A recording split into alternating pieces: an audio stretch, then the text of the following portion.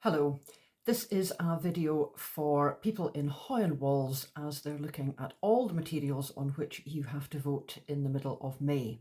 I'm going to assume that you have in front of you the basis of team ministry, union and team ministry, that you've watched Kerr Winters-Gill's video explaining how this affects the whole of Orkney generally, and that you also have a couple of shorter locally produced documents just showing what the implications of all this will be for finance and also for administrative structures.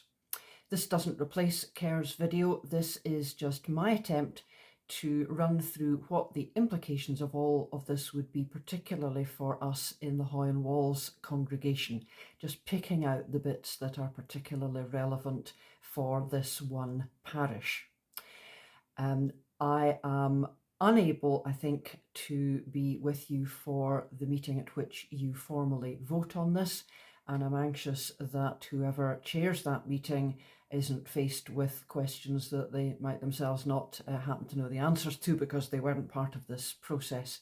So my plan is that we'll give you an opportunity to see all of these materials, think what your questions would be, and then you can simply phone or email me with any questions you have before you get to the point of the vote. And I think that's the most practical way forward.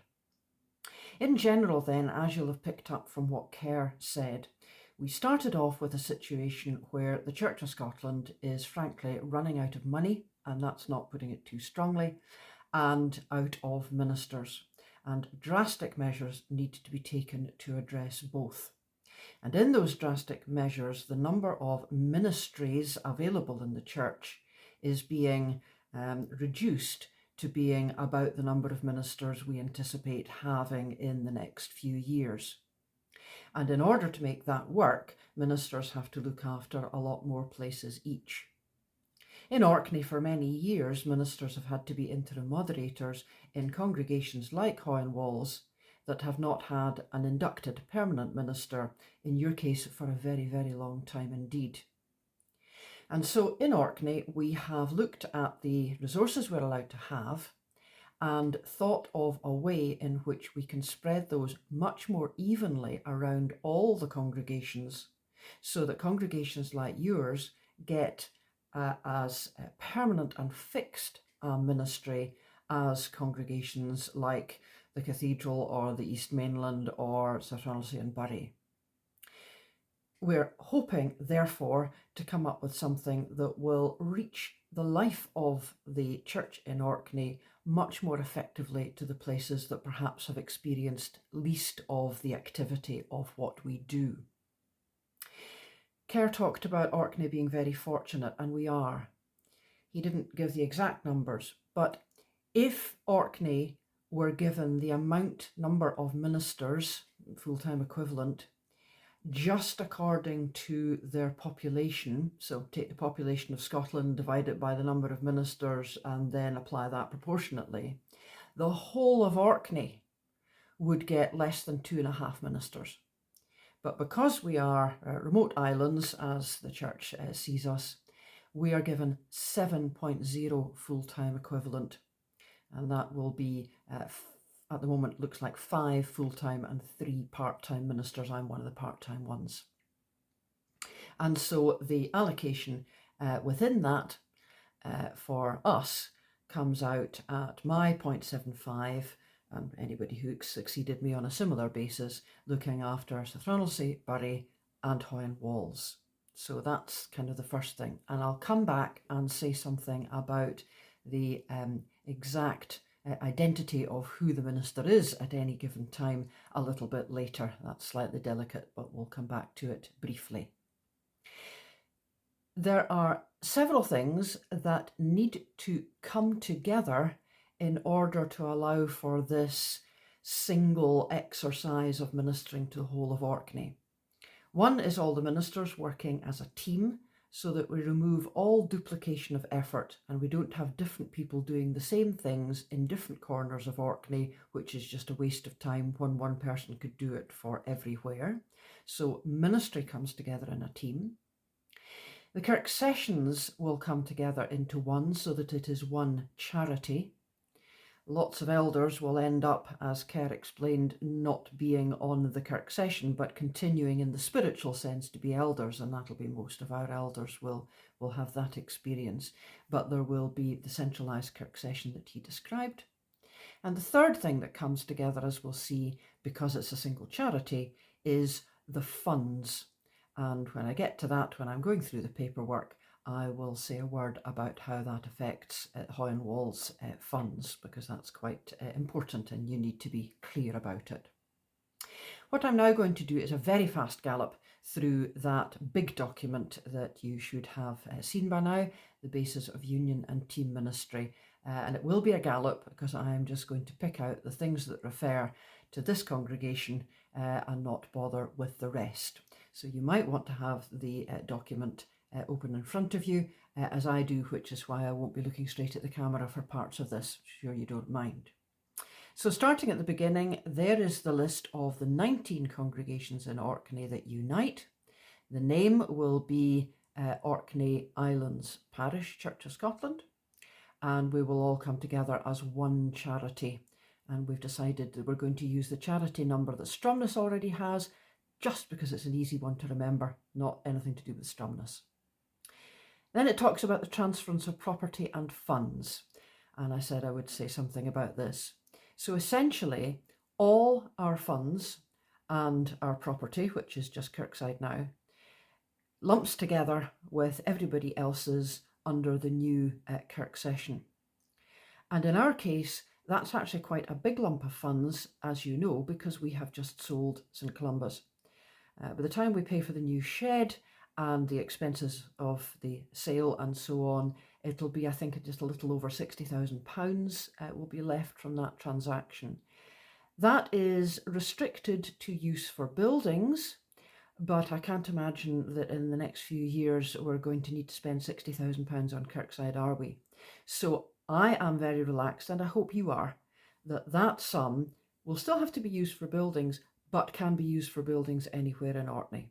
And there are congregations in Orkney, and I'll be honest and say, Sassafrannelcy and Bury is one of them, that have more requiring to be done to buildings than they have money to do it. And so it will be places like that that will benefit from that. And I just want to be clear and honest with you about that. But I'm hoping that you'll be quite relaxed about it, because we can't use that money for anything other than buildings, and our building is in such good nick.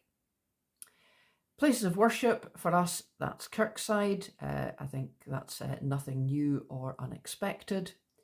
The team looks after the whole of Orkney. It becomes technically one parish in that legal sense.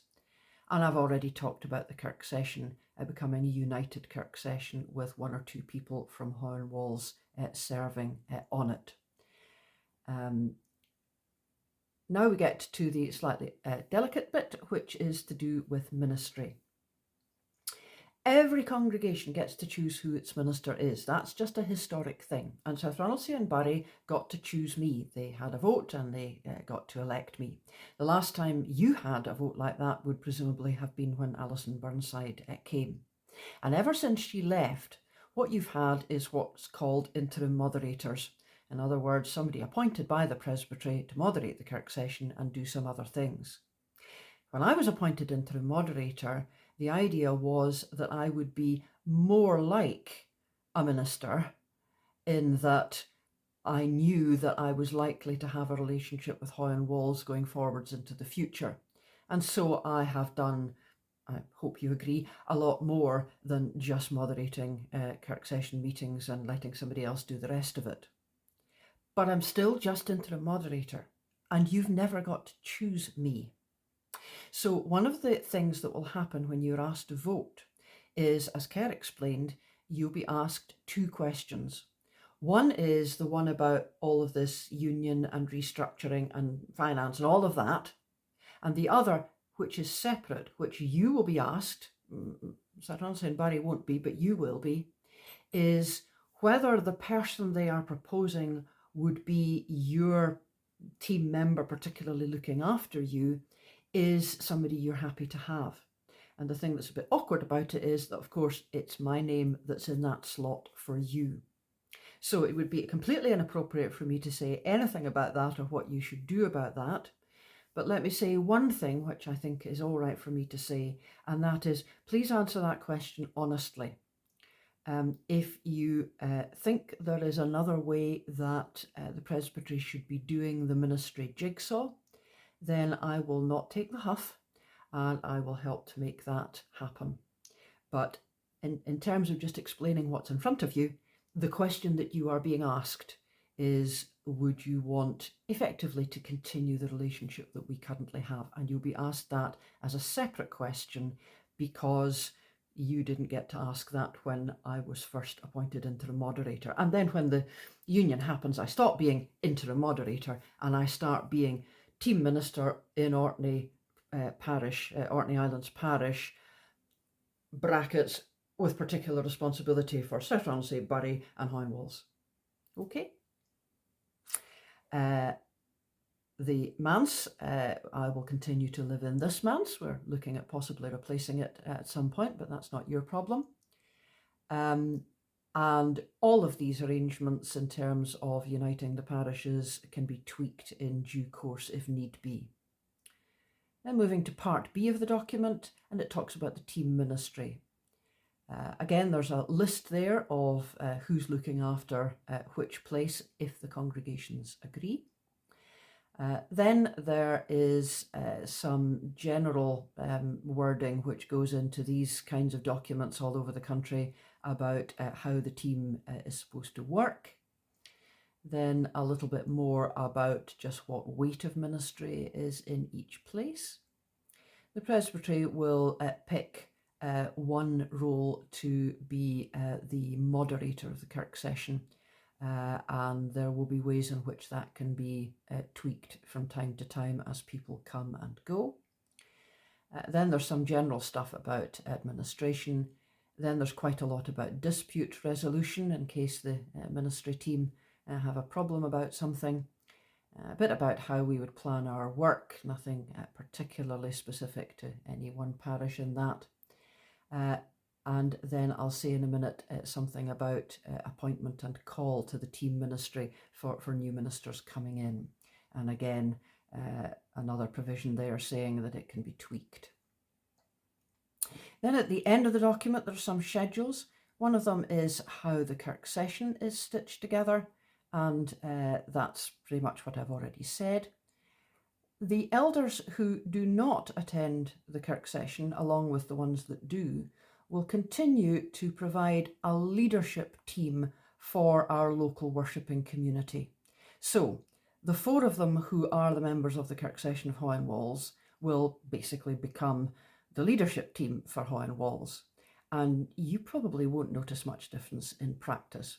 But they won't be charity trustees. Sue won't have to prepare great big accounts every year, hallelujah, and they will be able to focus more on the faith-based stuff and less on the civil law stuff. So it'll be a much nicer experience of being an elder for them all. I think that's our hope anyway. A few administrative things about which things the new central kirk session needs to deal with and which things we can do locally. And if you look at the table there, I think you'll see it's pretty much common sense. And then at the end, yes, part 5 of the schedule, this is a little more about appointment and call to team ministry. I've already talked about the right of call, the fact that you will be given the opportunity to vote for or against the person they are proposing should be your minister, i.e. me. And that will continue in future. When there's a change of ministry, if I retire or leave or die or however I stop being your minister, at that point there will be an exercise to make sure that the person that replaces me is not chosen just equally by everybody across the whole of Orkney, because a lot of them are hardly ever going to meet me, but that there would be a very much a weighting towards you and South Ronaldsay and Bury having by far the bulk of the choice about that, even though technically we're a member of a team across the whole of Orkney. There is another particular provision kind of inside that process, and it's to do with the church's debate about human sexuality. And it is whether a kirk session would be prepared to accept a minister in a same-sex marriage becoming a minister within the team. And that's a bit tricky when you've got a big team covering what were a whole lot of historic parishes, where the elders in different places might have different attitudes to that. And so we have built in a provision that ensures that whatever the majority feeling is in any of the old parishes, that will be respected in the new. Basically, as the very last paragraph in the whole document says, consideration of local feelings, taking that into account. Then I said you had a couple of smaller documents. One of them is about administration. I wouldn't worry too much about that. It's a work in progress. The other is about finance.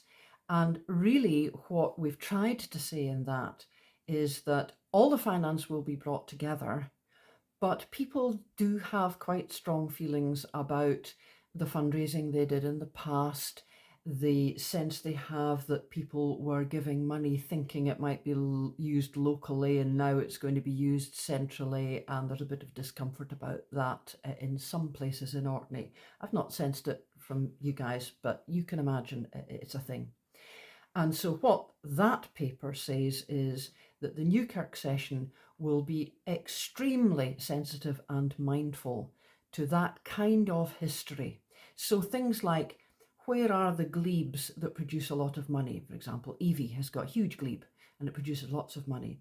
So if that money is going to be spent and there's something that could be done in Evie, then it doesn't have to be spent there legally, but there will be a kind of gentleman's agreement that that would be prioritised and favoured in that way.